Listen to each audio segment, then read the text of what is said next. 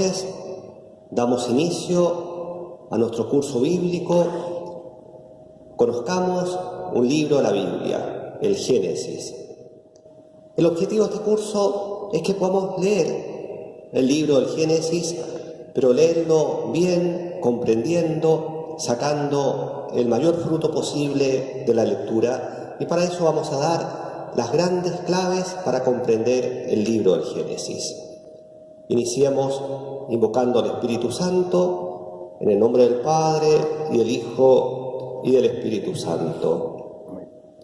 Ven, Espíritu Santo, llena los corazones de tus fieles, y enciende en ellos el fuego de tu amor. Envía, Señor, tu Espíritu, y todas las cosas serán creadas, y renovarás la faz de la tierra.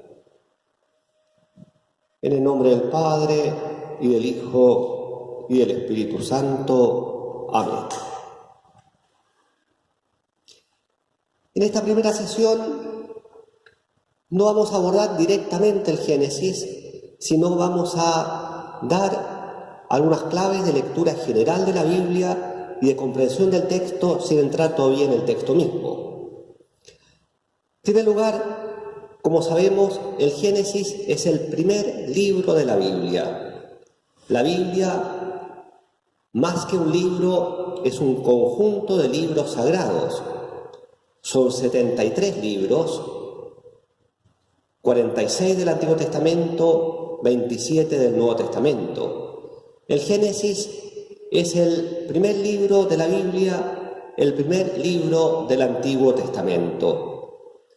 La palabra Génesis la podemos describir o dar como sinónimo origen, principio. Como lo indica el nombre, trata del origen de la humanidad, del origen del mundo, pero sobre todo el origen de la historia de la salvación. Porque vamos a ver que si el autor sagrado mira al origen del mundo, a la creación, es para introducir la historia de la salvación, que es la gran historia de la Biblia. En el Antiguo Testamento, los 46 libros se pueden reagrupar en distintos grupos. Tenemos el Pentateuco, tenemos los libros históricos, tenemos los libros sapienciales, tenemos los profetas. El Pentateuco, los primeros 5 libros de la Biblia, eran quizás para los judíos, y son para los judíos todavía, el corazón de la Escritura. Eran los 5 libros que conformaban la ley, la Torá. Torá es la ley para los judíos. Cuando, por ejemplo, en el Nuevo Testamento se habla, el mismo Jesús, más de una ocasión cita la ley y los profetas. Al hablar de la ley, son precisamente estos 5 primeros libros del Antiguo Testamento que se llaman Pentateuco. Pentateuco es un término griego, penta, 5, teucos, rollos, volúmenes, son los 5 rollos de la ley. Dicen los estudiosos que en un principio estos 5 libros conformaban un solo gran libro, pero que por motivos prácticos, poco por la extensión de los mismos, se dividieron en 5 rollos, más o menos de la misma dimensión. Bueno, nosotros vamos a ver el primero de estos rollos, el Génesis. ¿Cómo se compuso el Génesis? Y en general el Pentateuco. ¿Quién es el autor? Mucho tiempo se pensó que el autor del Pentateuco era Moisés.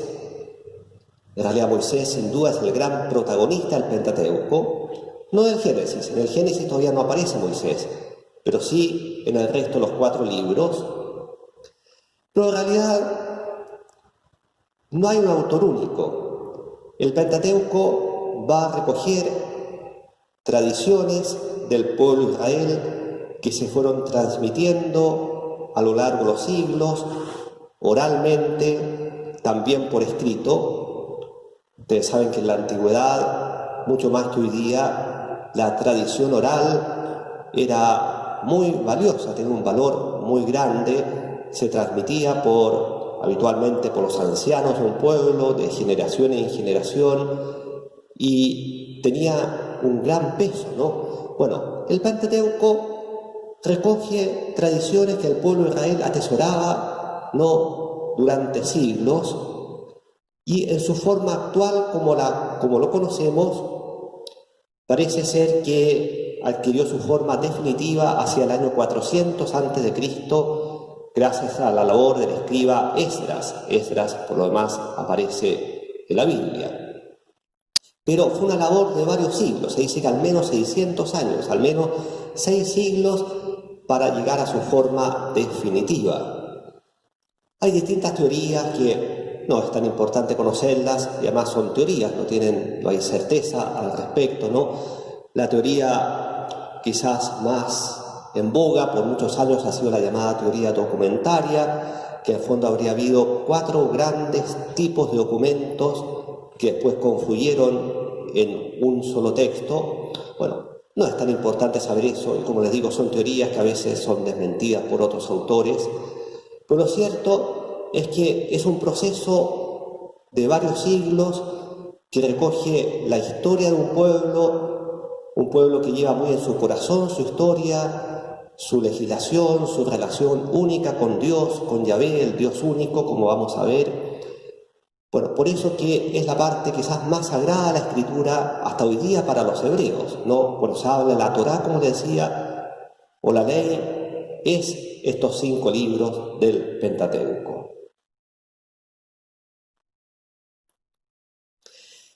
Me parece importante que coloquemos bien los cimientos hoy día. Y los cimientos para un estudio de la Biblia significa recordar algunos conceptos bíblicos fundamentales y que son especialmente importantes comprenderlos para el Génesis, porque es un texto que no deja plantear algunos problemas cuando no tenemos algunos conceptos muy claros. Lo primero, ¿quién es el autor de la Biblia? El Catecismo de la Iglesia Católica, siguiendo al Concilio Vaticano II, nos dice: Dios es el autor de la Sagrada Escritura porque inspira a sus autores humanos, actúa en ellos y por ellos. Sí. Acá tenemos 3 conceptos fundamentales. El autor con mayúscula, Dios. Dios se vale de instrumentos humanos. El autor con minúscula, los autores humanos. Y el concepto que une a Dios con los autores humanos es la inspiración. La inspiración. Es decir, esos autores humanos, en el caso del Génesis probablemente y del Pentateuco probablemente fueron varios que fueron recogiendo estas tradiciones, ellos transmitieron estas tradiciones, las pusieron por escrito por inspiración divina, por inspiración particularmente del Espíritu Santo, que es el que habló por medio de las Escrituras. Luego, otro concepto fundamental, y esto grabémoslo bien porque nos va a servir para comprender bien el Génesis. La Constitución de Augsburgo del Concilio Vaticano II dice: los libros sagrados enseñan sólidamente, fielmente y sin error la verdad que Dios hizo consignar para salvación nuestra. ¿Dice verdad la Biblia? Sin duda que sí. Pero ¿cuál es la gran verdad de la Biblia? Es una verdad salvífica, una verdad para la salvación. Como vamos a ver, bueno, y quizás es mucho más claro en otros libros de la Biblia, sobre todo el Nuevo Testamento, la Biblia tiene numerosísimos datos verdaderos de historia, de geografía.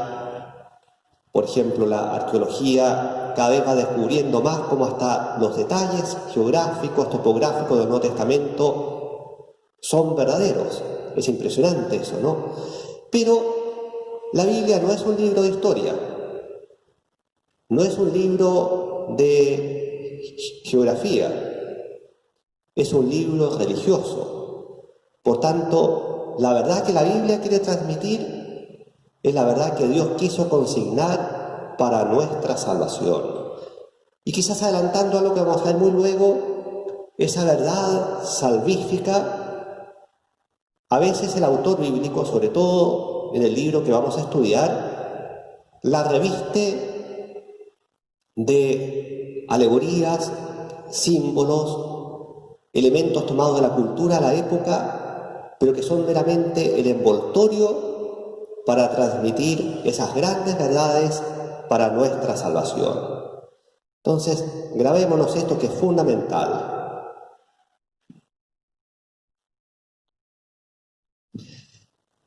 Dios habla al hombre a la manera de los hombres. Es claro, ¿no? Si Dios se dirige al ser humano, lo tiene que hacer de una manera que el hombre pueda comprender. Y por eso, cuando leemos un texto de la Biblia, es importante conocer el entorno cultural de la época en que fue escrito el libro, los géneros literarios. No es lo mismo un texto narrativo, por ejemplo, como va a ser el Génesis, de un texto poético, como pueden ser los Salmos. Es importante comprender entonces la mentalidad del autor bíblico, de ese autor humano, al cual Dios le inspiró esas grandes verdades que quiere consignar. Ahora, siempre que estamos ante un texto de la Escritura puede tener dos grandes sentidos o significados. Un sentido literal, que es lo que dice la letra del texto, y un sentido espiritual, es decir, ese texto, esa letra, ese acontecimiento narrado puede ser signo de una realidad espiritual. Y así podemos subdividir este sentido espiritual en un sentido alegórico, moral y anagógico. Alegórico es cuando el hecho es símbolo de una realidad que se va a cumplir en Cristo, en el Nuevo Testamento. Podríamos dar cientos de ejemplos. Por ejemplo, el maná, es el alimento divino que Dios dio al pueblo de Israel en Moisés. Tiene un sentido literal, que Dios quiso alimentar al pueblo de Israel en su travesía por el desierto, pero también un sentido espiritual, alegórico, en cuanto profecía, símbolo de la Eucaristía, pan del cielo, pan vivo que Jesús va a dar a los hombres. O puede ser un sentido moral. Sin duda, muchas historias de la Biblia tienen una enseñanza moral. Nos enseñan cómo debemos comportarnos o a veces cómo no debemos comportarnos. Y un sentido anagógico en cuanto la realidad narrada de la historia humana anuncia ya una realidad del cielo, de la vida eterna. Por ejemplo, cuando se habla de la Jerusalén terrena, la capital del pueblo de Israel, muchas veces ella es un símbolo de lo que va a ser la Jerusalén celestial.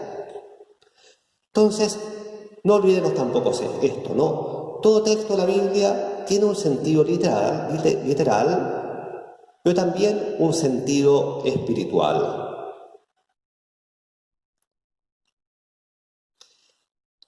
El Génesis, como les decía, es el primer libro del Antiguo Testamento. El Antiguo Testamento, para nosotros cristianos, ¿sigue siendo importante? Sin duda que sí.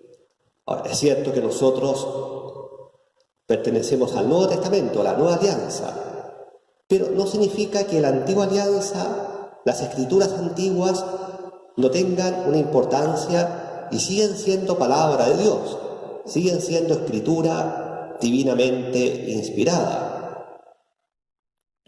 Acá ustedes pueden ver lo que enseña el Catecismo de la Iglesia Católica respecto del valor del Antiguo Testamento. Dice, el fin principal del Antiguo Testamento era preparar la venida de Cristo, Redentor universal. Es esa larga historia de la humanidad, del pueblo de Israel, para preparar la plena manifestación de Dios en Jesucristo. Es decir, es toda una historia de preparación.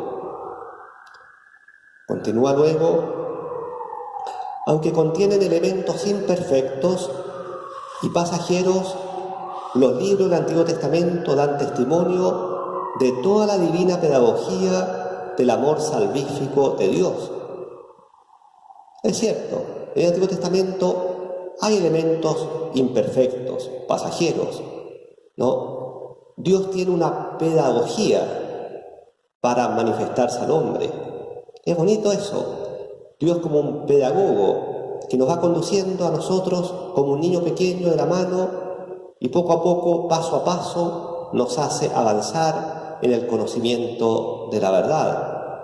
Porque si Dios hubiera revelado toda la verdad de un viaje, probablemente el hombre antiguo no estaba preparado. Era tal la corrupción que dejó el pecado en la humanidad que el hombre no estaba preparado. Entonces Dios tenía que poco a poco preparar al hombre. Esa pedagogía divina. Y eso explica que en el Antiguo Testamento a veces hay algunos textos que si los tomamos de manera aislada, no los vemos en su contexto, incluso nos pueden chocar un poco algunas historias, porque hacen parte de esa pedagogía divina. Continúa el catecismo, contienen enseñanzas sublimes sobre Dios y una sabiduría salvadora acerca de la vida del hombre, encierran admirables tesoros de oración y en ellos se esconde el misterio de nuestra salvación. Sin duda, hay páginas hermosísimas en el Antiguo Testamento, ¿no? O sea, por ejemplo, los profetas cuando hablan del amor de Dios, en Oseas, en Jeremías, páginas muy hermosas, admirables tesoros de oración. Los salmos, por ejemplo, hasta hoy día la iglesia sigue rezando con los salmos. Cuando uno reza, no sé, el Salmo 51 para pedir perdón, el Salmo 91 que nos lleva a la confianza, al abandono en Dios, el Salmo 23, el Señor es mi pastor, en fin, grandes tesoros de oración, ¿no? O sea, si bien hay elementos imperfectos, pero el Antiguo Testamento es palabra de Dios. No es todavía lo definitivo, es cierto, pero ya podemos descubrir a Dios en él. Ahora, lo cierto sí es que el Antiguo Testamento lo debemos leer a la luz de Jesucristo. Si el Antiguo Testamento nos prepara para la venida de Cristo, bueno, Cristo es la luz que ilumina aquello que todavía está en claroscuro, en penumbra, en el Antiguo Testamento. Y otro concepto importante, como dice acá en la diapositiva, la tipología. Tipología, es decir, las obras de Dios en la antigua alianza son un tipo, una prefiguración, una profecía de lo que Dios va a realizar en Cristo en la nueva alianza. San Agustín decía, no sé si lo alcanzan a ver ahí, en la imagen del rollo, ¿no? Decía una frase muy bonita, muy sabia, ¿no? Decía, el Nuevo Testamento está escondido en el Antiguo y el Antiguo se manifiesta en el Nuevo. O sea, si uno lee el Antiguo Testamento a la luz de Cristo, uno descubre cómo ya Cristo está de alguna manera escondido, pero está presente ya en los textos antiguos.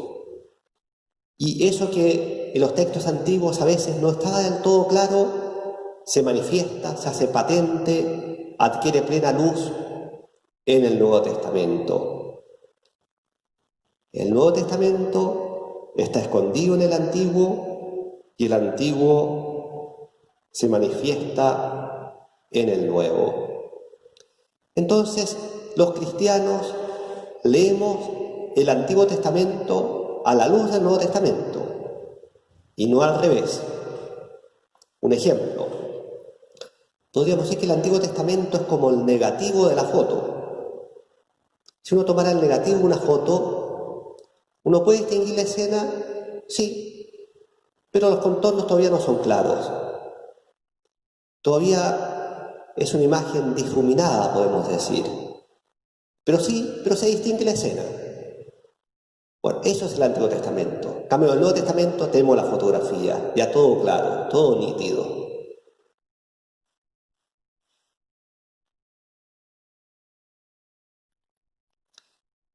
Entrando ya al Pentateuco, estos 5 rollos de la ley,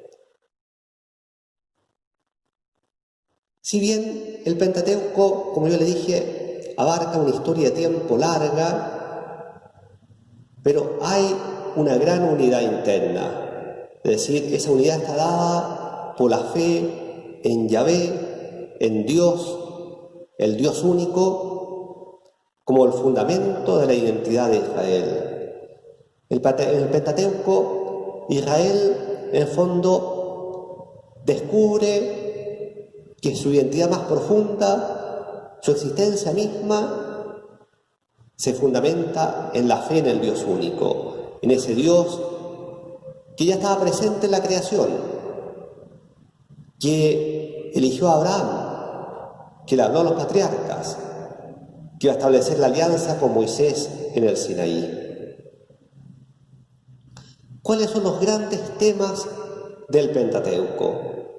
Podríamos decir estas cuatro palabras que acá aparecen, ¿no? Las promesas, la elección, la alianza y la ley.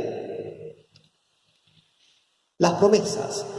Es Dios que realiza grandes promesas a Abraham y luego la va desarrollando en las épocas sucesivas.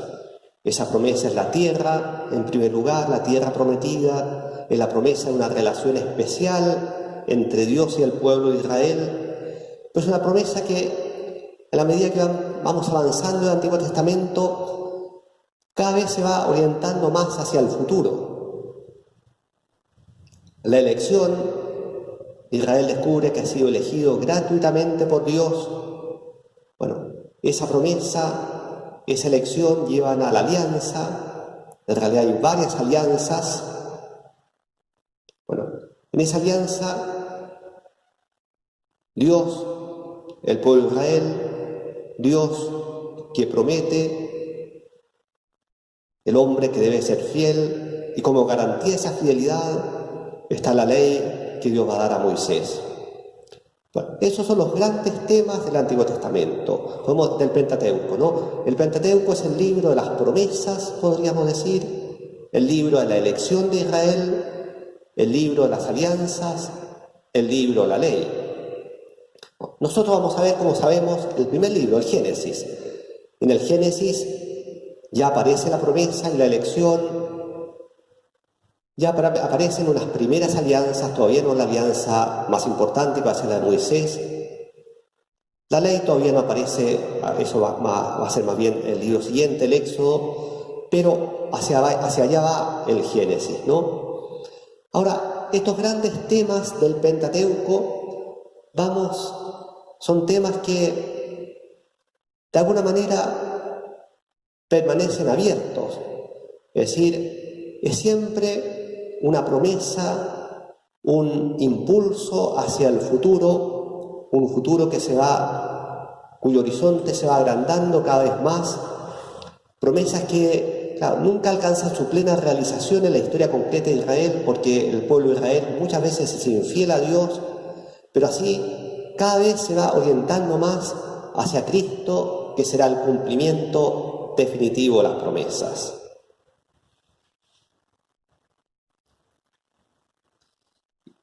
Entonces, hasta aquí una brevísima introducción a la Biblia, una mirada general del Pentateuco.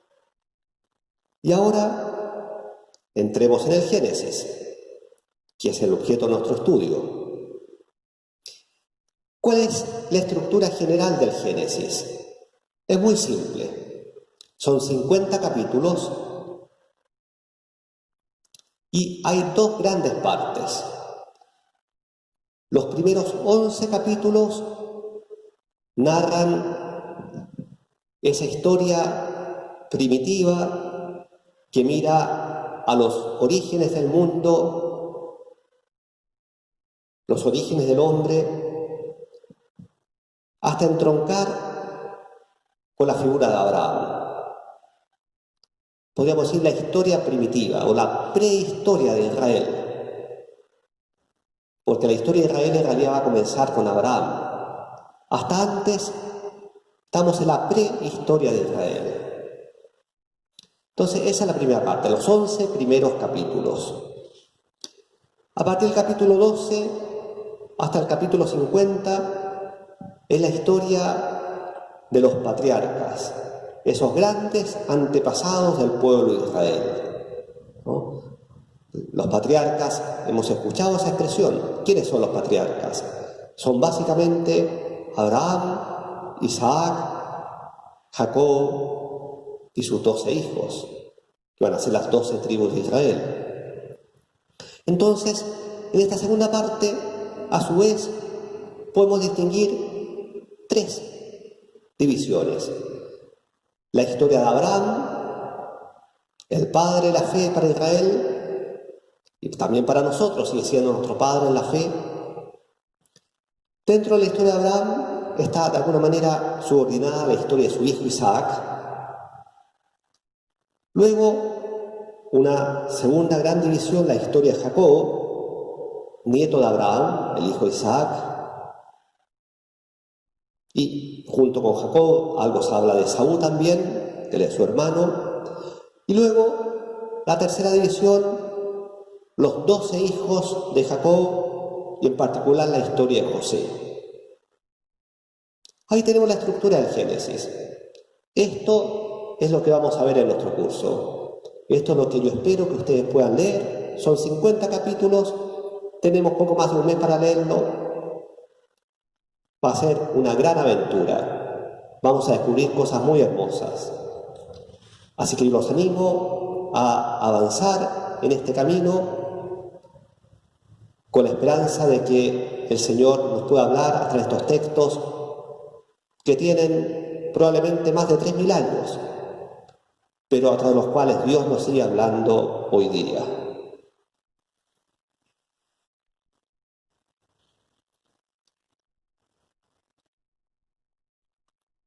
Una mirada general a esta primera parte del capítulo 1 al 11, ¿no? Que era la prehistoria de Israel. A ver, en estos 11 primeros capítulos llama la atención que hay una gran cantidad de genealogías. Más o menos un tercio de estos primeros 11 capítulos son listas de genealogías, es decir, un padre que engendra un hijo, este se engendra a su vez a tal hijo. Quizás son párrafos un poco tediosos de leer, no es necesario, no nos vamos a detener en ellos, ¿no? Pero de alguna manera es un recurso. En la antigüedad las listas genealógicas eran importantes en los pueblos, en las familias, para de alguna manera conformar la identidad de esa familia, y de alguna manera es un recurso que usan los autores bíblicos para unir épocas muy diversas. No tenemos que tomar esas genealogías al pie de la letra, no significa que sean así históricas, así sin más, ¿no? Son tradiciones que recibió el pueblo de Israel, pero no está ahí lo más importante de estos 11 primeros capítulos, ¿no? ¿Qué es lo fundamental de estos 11 primeros capítulos? Podemos decir, hay un marco dado por los relatos de la creación al comienzo, capítulos 1 y 2, y el inicio de la historia de la salvación, que será ya el capítulo 12, con la historia de Abraham, y entre medio se relatan casi exclusivamente desgracias. Es decir, terminado el relato de la creación, en el capítulo 3 viene la historia del pecado del origen, el pecado original, y a partir de ahí vamos a ver esa proliferación del pecado y la corrupción de la humanidad. Entonces, esta historia de pecado está narrada en 4 cuadros. El pecado original, Adán y Eva, Caín que mata a Abel, segundo cuadro, el diluvio universal, tercer cuadro, la torre de Babel, cuarto cuadro.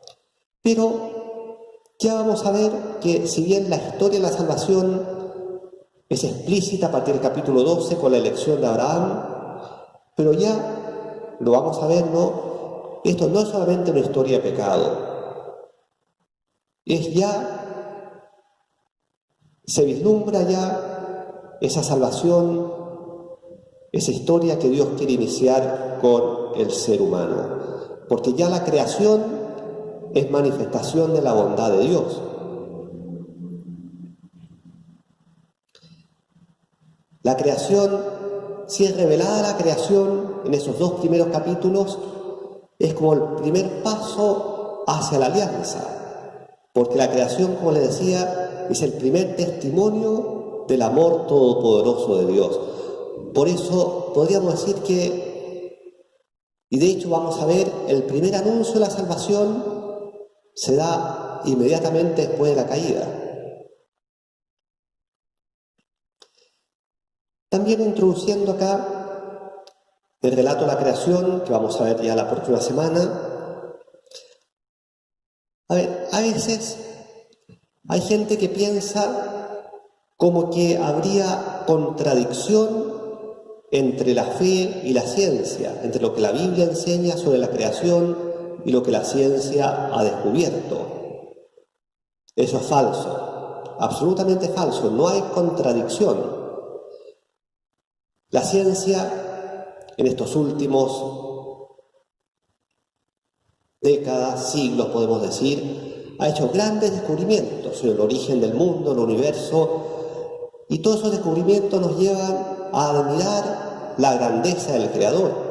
O sea, sin duda, descubrir la inmensidad del universo con todos los sistemas planetarios, constelaciones, uno dice, bueno, si esto es así, ¿cuánto más es Dios el ser infinito? O sea, la inmensidad de la creación, su belleza, su orden, nos llevan a alabar la grandeza del Creador.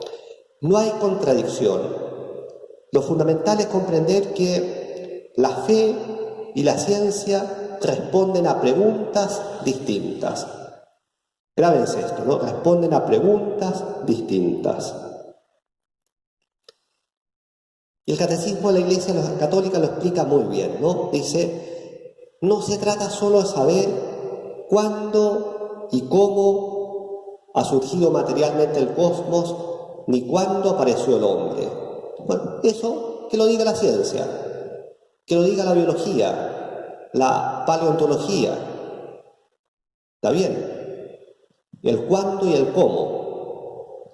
Pero, dice acá, se trata más bien de descubrir cuál es el sentido de tal origen. Si está gobernado por el azar, un destino ciego, una necesidad anónima, o bien por un ser trascendente, inteligente y bueno llamado Dios. Y si el mundo procede de la sabiduría y la bondad de Dios, ¿por qué existe el mal? ¿De dónde viene? ¿Quién es el responsable de él? ¿Dónde está la posibilidad de liberarse del mal?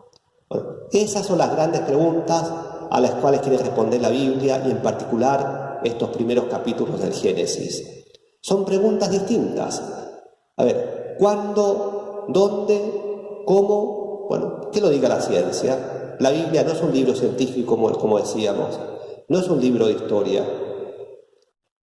Pero, ¿cuál es el sentido de todo eso? ¿Cuál es el origen último? ¿El para qué?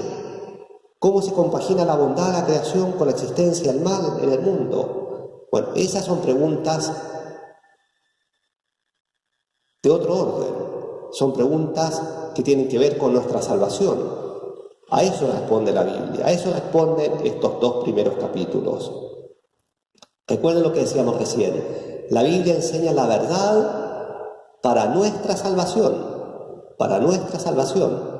Entonces, no hay ninguna contradicción. Uno puede creer, sin duda, en los grandes descubrimientos de la ciencia y a la vez creemos en Dios y aceptamos esas grandes verdades que la Biblia, en concreto el Génesis, nos enseña.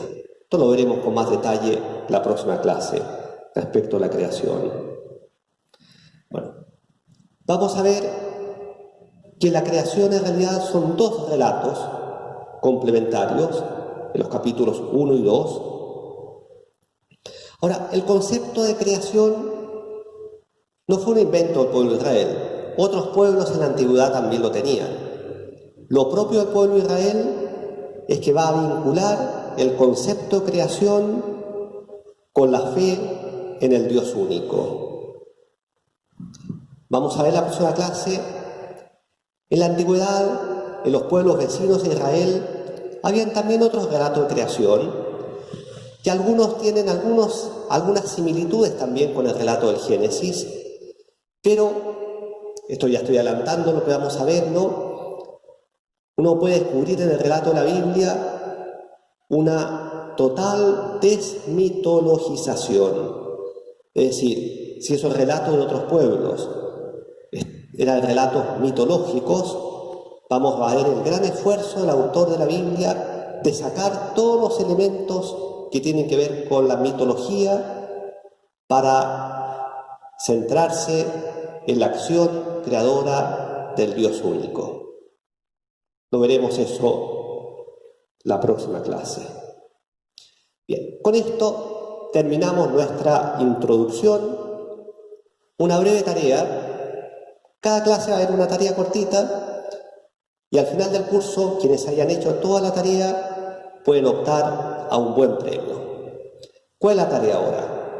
Lean en el Catecismo de la Iglesia Católica, lo encuentran facilísimo por internet, los números 282 al 289, muy breve, es una página, y cada número lo resumen en una breve frase. Una breve frase.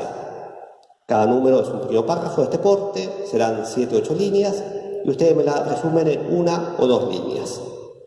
Y lo envían a la dirección de correo electrónico que ahí aparece. Y para preparar la sesión del próximo martes, lean los dos primeros capítulos del Génesis. Génesis 1 y 2. Muchas gracias. Gloria al Padre, y al Hijo, y al Espíritu Santo, como era en el principio, ahora y siempre, por los siglos de los siglos.